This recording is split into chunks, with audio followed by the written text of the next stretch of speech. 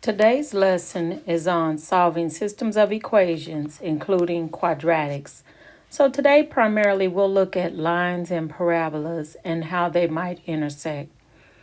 The methods are the same as when we did solving linear systems: substitution, elimination, and graphic methods. First, let's look at a few systems that are already graphed, just so that we can understand what's going on. So let's say we have a parabola and a line intersecting like this, then the solutions would be at the intersections. So we would have 0, -1, and here that looks like over 3 up 2. So you would have two solutions. Potentially, if the two graphs don't intersect at all, that would be no solution. When you're solving algebraically and you get imaginary answers, that tells you no solution. So look out for that tonight on the homework. Here you could have two parabolas that could intersect like this. And if they did, your solution would be 1, 3 and -1, 3.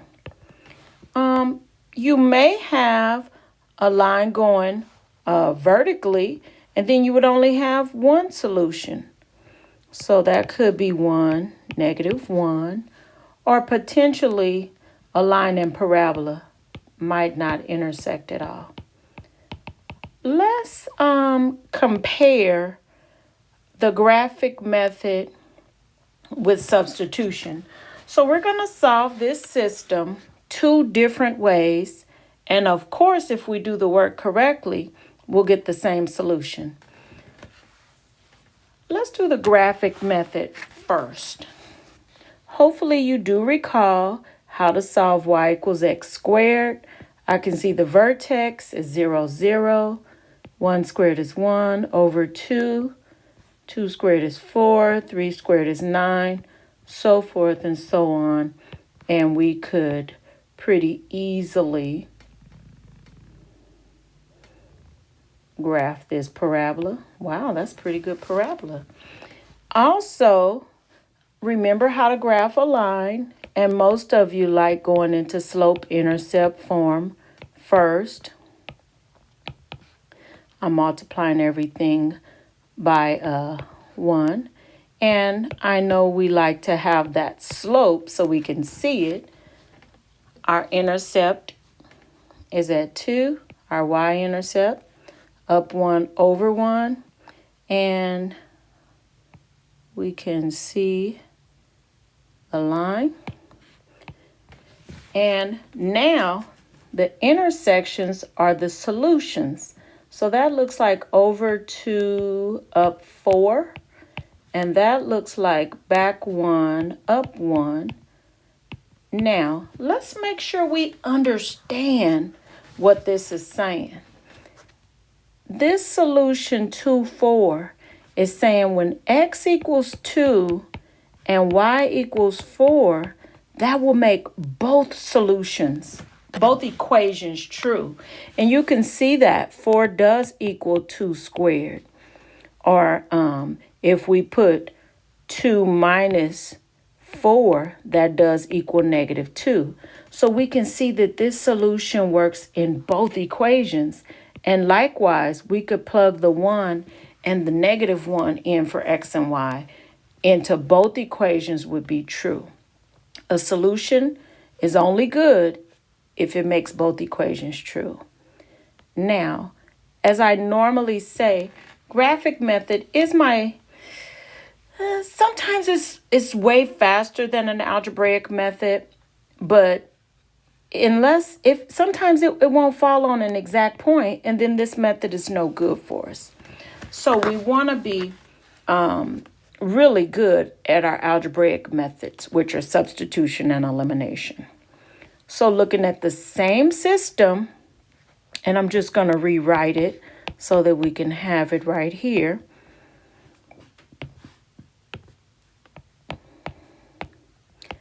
The first equation is already solved for y. So what I can do is take this x squared and substitute it in place of y. So now I get x minus x squared equals negative 2. So we're doing the same process that we did for linear, but now it's going to get a little more complicated. Now, what we have here is a quadratic equation. Remember, we have several methods for solving quadratic equations. We could try factoring. We could try quadratic formula. We could try completing the square. So we have some different techniques that we can use. I always feel that factoring is the fastest, so I generally like to see if something's factorable before I try the other methods. Before I do that, I'm going to put everything on one side and make my leading coefficient positive. So when I bring that over, it's positive 2, but then I'm going to multiply by negative 1. Let me go back because I want to make sure that everyone's okay with that. Let me not skip steps. So first I'm going to add 2 to both sides. And now I'm going to multiply everything by negative 1 just because the leading coefficient is easier to deal with if it's 1. Now I'm going to try to factor negative 2 on top, negative 1. 2 times 1 multiplies, but I need negative here so that when I add and multiply, everything works out. So those are my factors. Okay, so I can see x equals 2 or x equals negative 1. When I was a lot younger, I would see my aunt doing her math homework. She was in college. And I'd see one problem take up a whole page. And I'd be like, wow, what kind of math is that? Well, welcome to math. These problems can get quite lengthy. And yeah, we're about to have some fun. So what's going on here is we have 2 x values, but we're missing the y values. So when solving these types of systems where they're not lines always, you have to go back and substitute in more than once. So I'm going to go back to one of my original equations, either here or here. When you have a choice, pick the pick the linear. Always pick the line if you can to substitute into. So I'm going to take this x and substitute it in for x here. So 2 minus y equals negative 2. So y equals 4. And that's one of my solutions. X equals 2 when y equals 4. And now I'm going to plug negative 1 in for my x. And I'm going to solve that. And I get negative y equals negative 1, so y equals 1. So 2 solutions. And if we scroll up, those should be the same 2 solutions that we found when we did the graphic method. 2, 4, yep. Negative 1, 1, yep. So we can see the intersection of that line and parabola. This is just an algebraic method. Let's try another example. Here we see we have a line and a parabola again. Let's first start by graphing. And again, we'll just go into slope-intercept form. And again, we like to see that slope of 1 over 1. So we start at 1, up 1, back 1, and we see our negative slope. And we have the equation of the line. the graph of that line. And here, there's a few ways we could go about graphing this. The first, let's just do find the axis of symmetry. X equals negative b over 2a. Hopefully you recall how to do this. And so I get negative 4 over negative 2. So my axis of symmetry is 2. I'm going to go back and figure out my y value. This is just one way to graph. We could have also made a table. I don't know why I put that equal sign there. Minus 3. So y equals 1. So what we have found is that we have a vertex of 2, 1 over 2 up 1. But we have to go back and examine our a. A is negative 1. So remember, negative means it's turned down. And the squares are regular. 1 squared is 1. 2 squared is 4. And 3 squared is 9. So forth and so on. And we can draw our parabola pretty good with those points. Okay. So now I can see I have an intersection here. And that point appears to be over 1 up 0. So when x is 1, y is 0. And my other solution appears to be at 1, 2, 3, 4. Over 4, down 3. So those appear to be my two solutions. And notice I keep saying appear, because you don't know if it's just, something really close or if it is exactly those numbers. So we are going to confirm that by using the elimination method. I am going to rewrite my system. And I'm going to line up my equal signs and see if anything eliminates.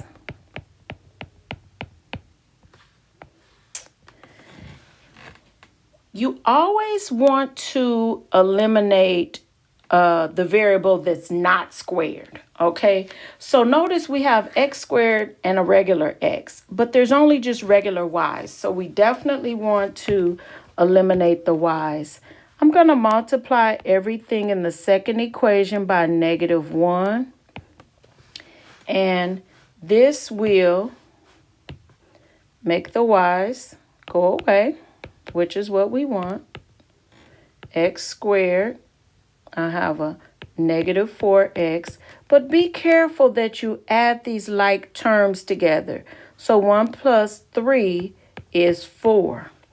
And now I want to solve this quadratic. So I'm going to put everything on one side. And I am going to try to factor. But if factoring does not work, I can maybe do quadratic formula or completing the square. Let's see. 4 on top, negative 5 on the bottom. 4 and 1, negative on both of them. Yep, factor's great. X minus 4, x minus 1. So we have solved this quadratic. But remember, we're not done. We only have the x values, and we have to go back into one of the equations. I'm definitely going to pick the line. Always pick the line when possible. And plug in your x value of 4.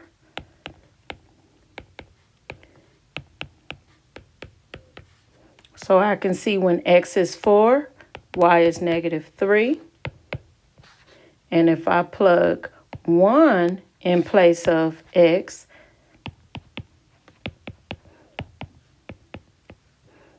I can see that y equals 0. And let's double check these solutions with the graphic method that we used. Yes, I can see 4, negative 3, and I can see 1, 0. Yes, so we got the same solutions, just using a different technique.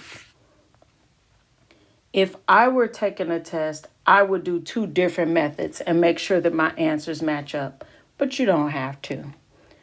Okay, let's look at what's going on here. We have a parabola and another parabola. So,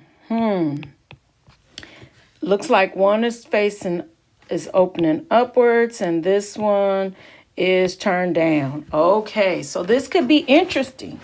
We could have no solution, or we could have one solution where they're tangent, or we could have 2 solutions. So we've got different options for what could be going on here. Let's use the substitution method. They're both already equal to y. So I could easily just take this value of y and plug it in for this value of y. So I end up with x squared plus 2x plus 1. And now I'm going to finish up and write this.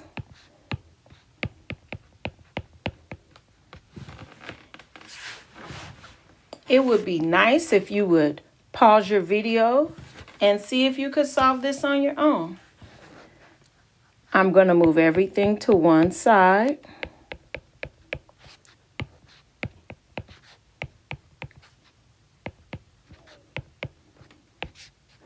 I have 2x squared plus x minus 1. I should probably try to see if it's factorable. I don't feel like it. I'm just going to go straight in for the quadratic formula. X equals negative b plus or minus the square root of b squared minus 4ac all over 2a. Alrighty, let's simplify that. Negative times a negative is a positive. Oh yeah, whenever you get a perfect square, that lets you know that it was factorable after all. So I get x equals negative 1 plus or minus the square root of 9. So I'm looking at negative 1 plus or minus 3 over 4. If I take the plus sign, I get negative 1 plus 3 over 4. 2 over 4, I get x equals a half. If I use the plus sign, if I use the minus sign, I get negative 1 minus 3 over 4, which is negative 4 over 4. And I see that x equals negative 1. So, with that 1/2 and negative 1, remember, one of our x's is 1/2 and the other x is negative 1. We have to go back into one of our original equations and find the missing y values for both. So, remember, I told you before, if you have a line, pick the line. Well, we have 2 parabolas. So I'm just going to go with the first one. Y equals x squared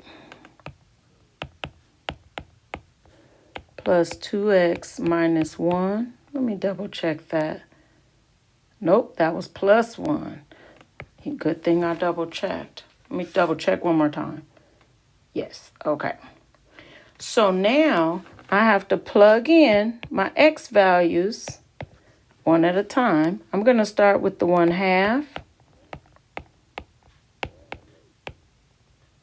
When a problem is long like this, you really want to stay organized and focused on what you're doing. So now I need common denominators. So that's just 4 over 4. Anything over itself equals 1. So if I add all my numerators, I get 9 over 4. So when y is a half, when x is 1/2, y is 9/4. Now, if you wanted to graph that, it might be nice to think of that as a decimal. 2.25 looks like. And you could use a calculator to estimate if you needed to. Okay, here I'm going to plug -1 into one of our original equations.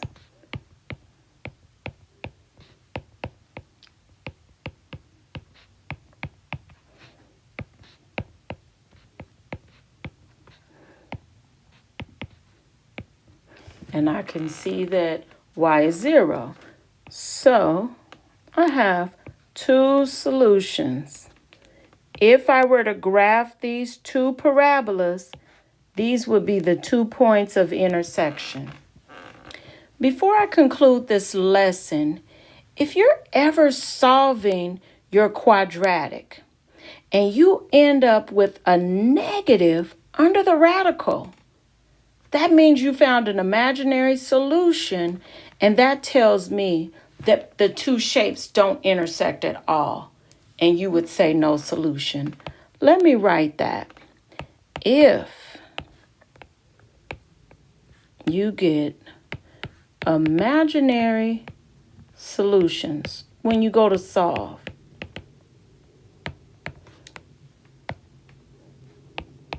that means there's no intersection.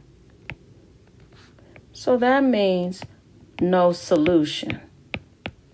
Okay? Because no intersection.